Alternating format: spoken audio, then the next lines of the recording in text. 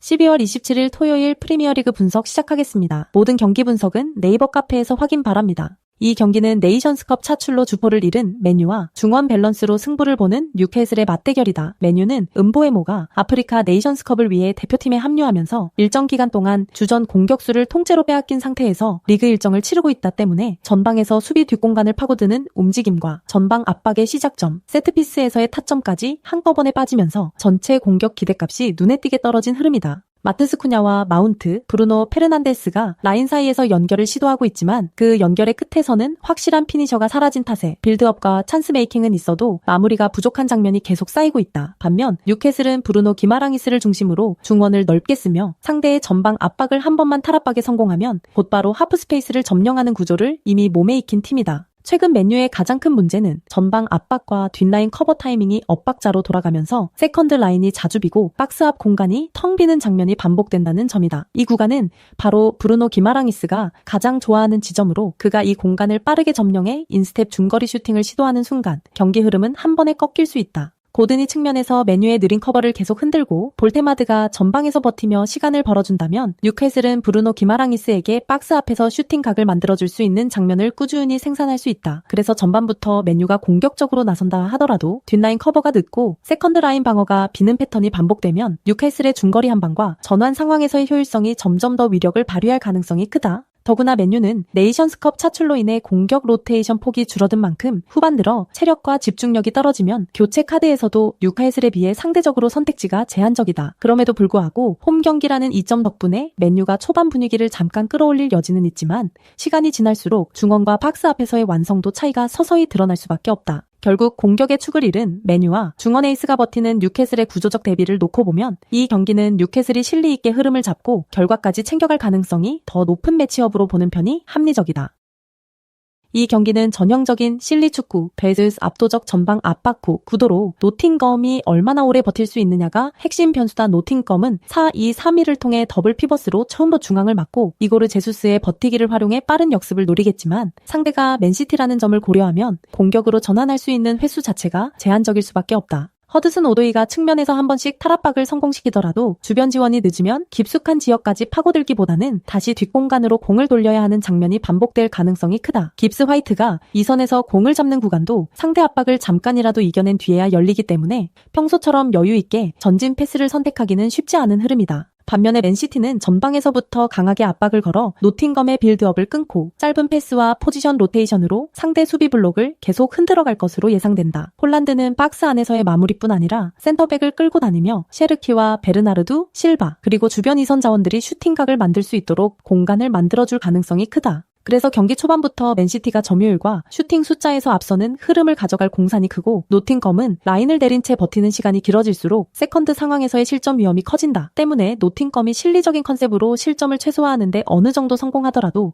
경기 전체 흐름이 동등하게 맞서 싸우는 양상으로 전개되기는 어려워 보인다. 노팅검 수비 라인이 박스 앞에서 계속 밀리면 세컨볼 경쟁에서 밀릴 확률이 높고 세트피스 세컨드 찬스까지 포함하면 맨시티의 득점 기대값은 자연스럽게 높아진다. 그럼에도 불구하고 노팅검이 홈이라는 이점을 활용해 잠깐씩 템포를 끊고 역습 타이밍을 만들 수는 있겠지만 이고르 제수스와 이선 자원들에게 배분되는 찬스 개수가 제한적인 상황에서 다득점 반전을 기대하기는 무리다. 오히려 시간이 지날수록 맨시티의 전방 압박과 볼 순환 속도가 더 빨라지며 노팅검은 후반 구간에 접어들수록 체력적 부담까지 겹쳐 수비 간격이 벌어질 가능성이 높다. 그리고 전방 진영에서 좋은 퍼포먼스를 보여주는 홀란드, 셰르키, 주변 이선 자원들이 계속해서 박스 안으로 침투하는 그림이 이어진다면 노팅검 입장에서는 경기 내내 악몽 같은 장면들을 반복해서 마주하게 될 수 있다. 결국 이 매치는 노팅검의 실리 축구가 어느 정도 버텨내더라도 전방 압박과 공격 퍼포먼스에서 상위 레벨을 보여주는 맨시티 쪽으로 흐름이 기울 수밖에 없는 구도에 가깝다.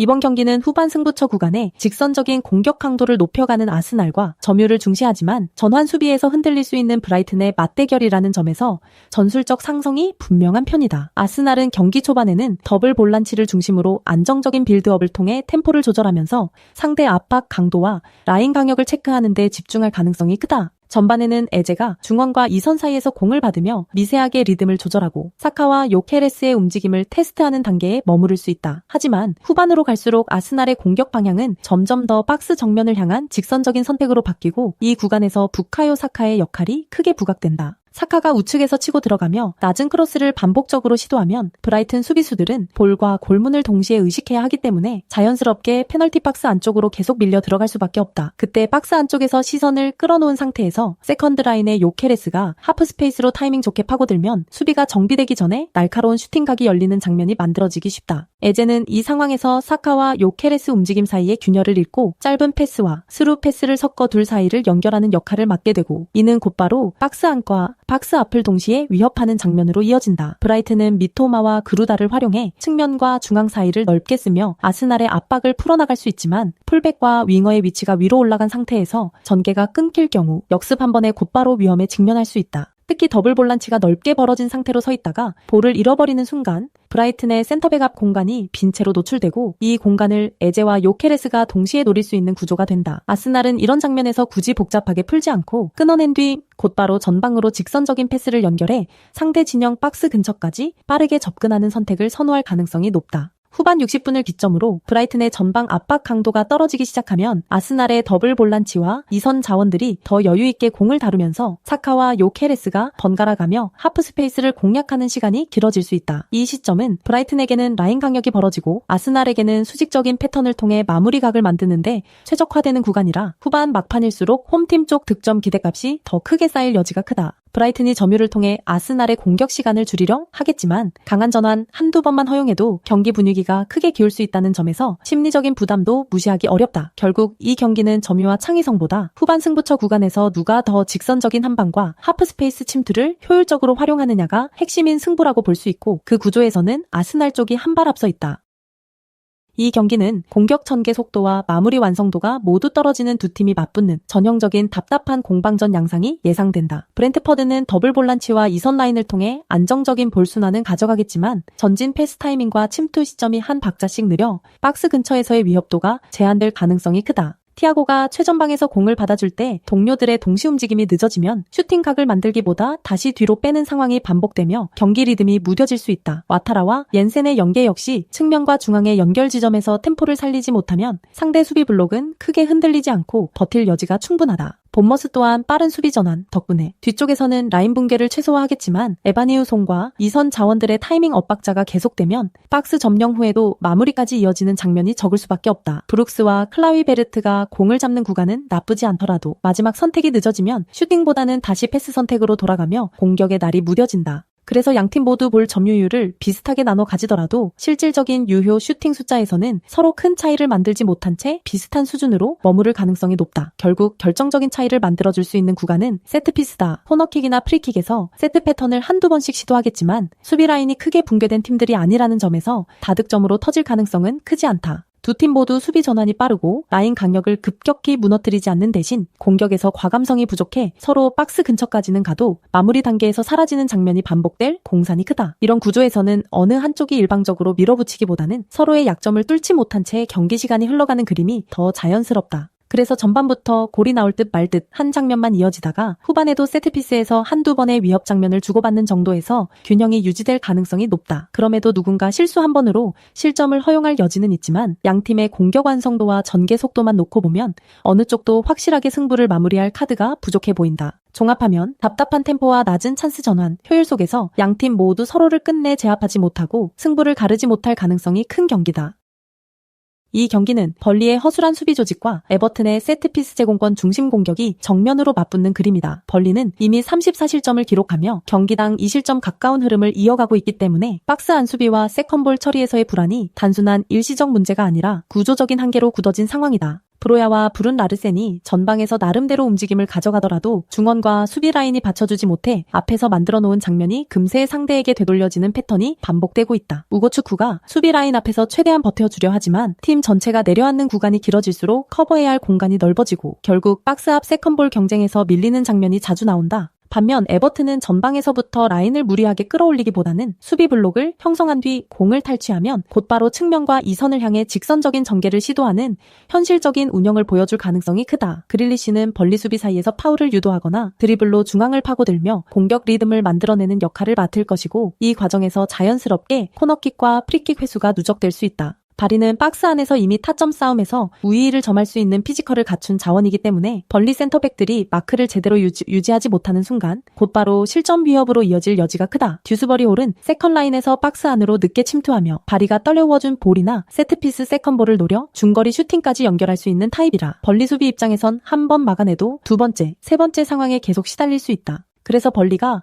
홈에서 초반 기세를 올리더라도 수비 조직이 흔들리는 팀 특성상 에버튼의 세트피스와 제공권 공략이 반복되면 결국 라인 전체가 뒤로 말려 들어가는 그림이 나올 가능성이 높다. 에버튼은 리그 특성상 박스 안에서의 몸싸움과 타점 싸움에 익숙한 팀이고 세트피스 패턴도 꾸준히 활용하는 만큼 벌리 입장에서는 코너킥과 프리킥을 내주는 순간마다 실점의 위험을 감수해야 하는 경기다. 결국 이 경기는 화려한 패턴 플레이보다도 박스 안에서 누가 먼저 자리를 잡고 누가 더 높은 타점으로 공을 따내느냐가 승부를 가를 핵심 포인트가 될 수밖에 없다. 강등권까지 추락한 벌리의 현재 수비 상황을 고려하면 에버튼의 장신 스트라이커와 세트피스 패턴을 90분 내내 버텨내기에는 부담이 너무 크다. 반대로 에버튼은 큰 리스크를 지지 않고도 세트피스와 크로스 위주로 꾸준히 찬스를 쌓아 올리면서 경기 흐름을 자신들에게 유리한 쪽으로 가져갈 수 있는 조건을 갖추고 있다. 때문에 단순히 홈 원정 구분이 아니라 수비 안정성과 박스 안제공권 싸움을 놓고 보면 에버튼 쪽으로 무게중심이 확실히 기울어져 있는 매치업이라 보는 편이 자연스럽다.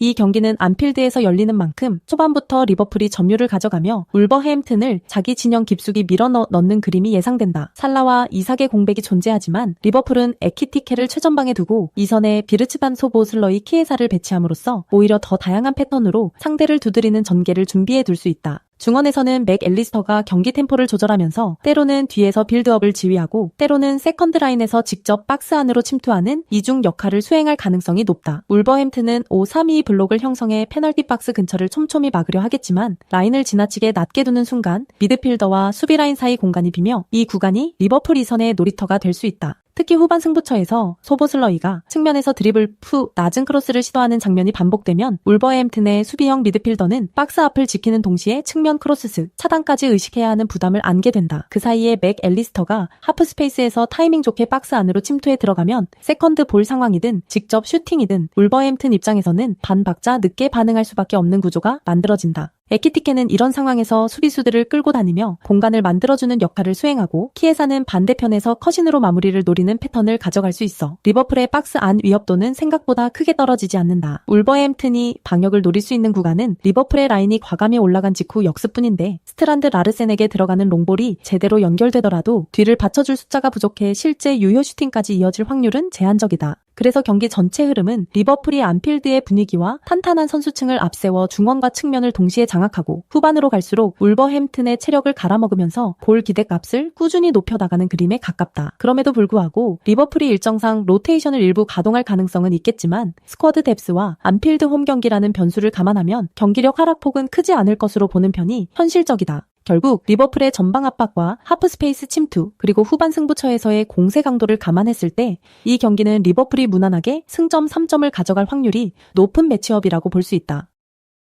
이번 웨스트햄과 풀럼의 맞대결은 애초에 포메이션 상성에서부터 그림이 어느 정도 그려지는 경기라고 봐야 한다. 웨스트햄은 3백 기반 3-4-3을 쓰기 때문에 양쪽 측면에 윙백이 각 한 명씩만 배치되고 그 앞에는 별도의 윙 자원이 거의 없는 구조에 가깝다. 반면 풀럼은 4백을 사용하는 4-2-3-1로 양쪽 사이드에 풀백과 윙 포워드가 각각 2명씩 포진해 있어 기본적으로 측면 숫자 싸움에서 수적 우위를 선점하고 들어가는 상황이다. 그래서 측면에서 2대1 구도가 반복되는 순간 웨스트햄의 윙백은 풀백과 윙포워드의 압박을 동시에 감당해야 하고 이 과정에서 하프 스페이스와 뒷공간이 같이 열릴 위험이 커진다. 풀럼은 바로 이 지점을 활용해 페널티 박스 측면 하프 스페이스를 집요하게 파고들며 크로스와 컷백, 안으로 접고 들어오는 움직임까지 섞어 웨스트햄 수비 조직을 흔들려 할 것이다. 케어니는 중원에서 템포를 조절하면서 어느 타이밍에 측면으로 볼을 공급하고 어느 타이밍에 중앙을 직접 찌를 골라가며 경기를 설계할 가능성이 높다. 스미스 로우는 하프 스페이스에서 케어니와 연계해 전진 드리블을 가져가거나 풀백의 오버래핑과 동시에 안쪽으로 파고들며 슈팅각을 만드는 움직임으로 웨스트햄 라인을 계속 괴롭힐 수 있다. 히메네스는 박스 안에서 제공권과 포스트 플레이로 수비수를 끌어당기고 그 사이 케어니와 스미스 로우가 이선에서 후방 침투를 가져가면 웨스트햄의 세컨 라인은 정리되지 않은 상태로 계속 슈팅각을 내줄 위험이 있다. 또한 현재 웨스트햄이 경기당 평균 2.09 실점 수준의 실점을 허용하고 있다는 점을 고려하면 수비 조직력과 박스 앞 압박 강도에서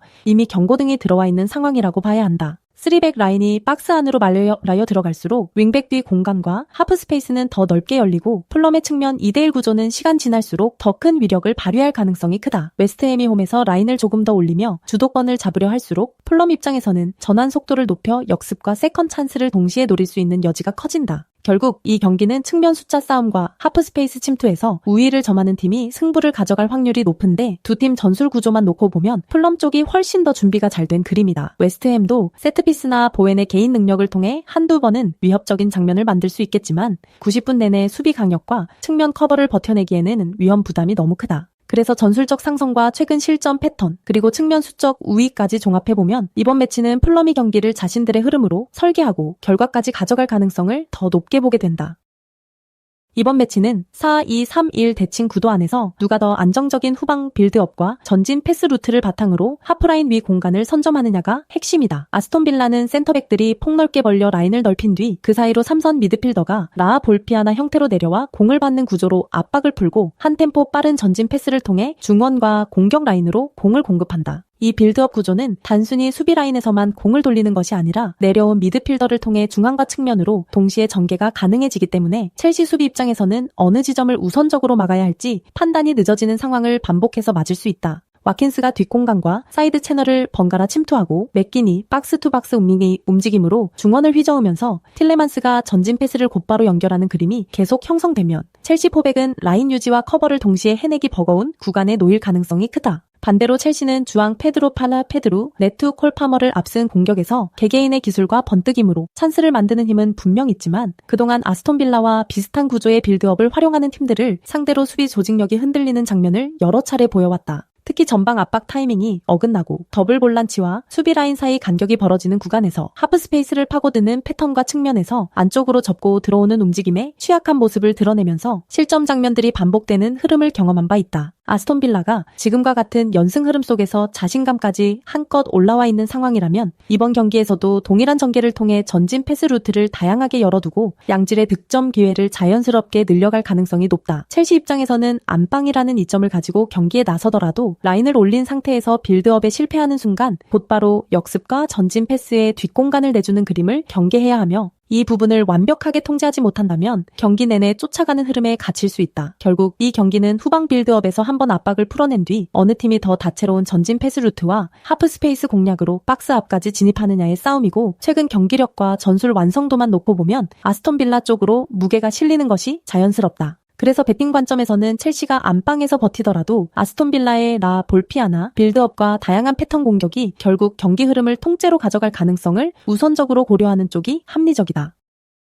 이 경기는 전반보다는 후반 흐름에서 기울기가 뚜렷하게 드러날 수 있는 매치업으로 볼 수 있다. 선더랜드는 기본적으로 4-4-2 블록을 유지하며 전반에는 라인 간 간격을 안정적으로 관리하려 하고 점진적으로 빌드업 리듬을 맞춰가는 스타일이다. 그러나 진짜 색깔은 후반에 나온다. 시간이 지날수록 이시도르의 측면 돌파와 컵백 타이밍이 점점 더 날카로워지면서 상대 풀백과 센터백이 계속해서 박스 안으로 말려 들어가게 된다. 이 상황에서 세컨드 라인에서 출발하는 브로베이가 하프 스페이스로 침투해 들어가면 컵백과 크로스, 세컨 찬스를 동시에 노릴 수 있는 구조가 만들어지고 자연스럽게 페널티 박스 안에서 결정적인 마무리 장면이 여러 차례 연출될 가능성이 커진다. 자카는 후반 승부처에서 압박 강도를 유지해주면서도 적절한 타이밍에 전진 패스를 찔러 넣어 공격 템포를 끌어올리는 역할을 맡아 썬더랜드의 후반 상승세에 축을 제공한다. 반면 리즈 유나이티드는 3-5-2로 중원을 두텁게 가져가지만 3백 구조 특성상 윙백이 전진한 뒤 전환 수비가 늦어지면 측면과 하프 스페이스가 그대로 노출되는 리스크를 안고 있다. 전반에는 칼버트 르윈의 타깃 플레이와 슈타흐의 활동량으로 어느 정도 균형을 맞추더라도 후반으로 갈수록 체력 저하와 함께 압박 강도가 떨어지면 중원 앞 공간과 양 측면에서 후퇴 수비가 늘어날 수밖에 없다. 더구나 원정이라는 요소까지 겹치면 리즈 유나이티드는 실점 위기 상황이 거듭될수록 심리적으로 뒤로 물러나는 선택을 할 가능성이 높고 이는 곧 박스 근처에 머무는 시간이 길어지는 결과로 이어진다. 이 시점에서 썬더랜드의 교체 전력 우위가 추가로 작용한다. 측면과 2선의 새로운 자원이 투입되면 이미 체력이 소진된 리즈 유나이티드 수비라인 입장에서는 이시도르와 교체 자원의 돌파, 브로베이의 침투까지 동시에 막아야 하는 부담을 안게 된다. 결국 후반 60분 이후부터는 썬더랜드가 홈 경기장의 열광적인 응원 속에서 템포를 끌어올리며 폭넓은 측면 활용과 하프 스페이스 침투를 반복해 리즈 유나이드를 자기 진영 깊숙이 가둬놓을 가능성이 크다. 리즈 유나이티드가 세트피스나 롱볼 한두 번으로는 위협을 만들 수 있겠지만 전체적인 경기 흐름과 슈팅 볼륨, 박스 점유 시간에서 썬더랜드 쪽으로 저울이 기울어지는 구도가 보다 자연스럽다. 그래서 이 경기는 초반 균형 이후 후반으로 갈수록 썬더랜드의 공격 템포와 교체 카드, 측면 돌파가 리즈 유나이티드의 체력과 멘탈을 동시에 갉아먹는 그림으로 이어질 가능성이 높다. 네이버 카페에 오시면 전 경기 분석글 확인하실 수 있습니다. 구독, 좋아요 누르시고 보다 빠르게 분석글 받아보시기 바랍니다. 감사합니다.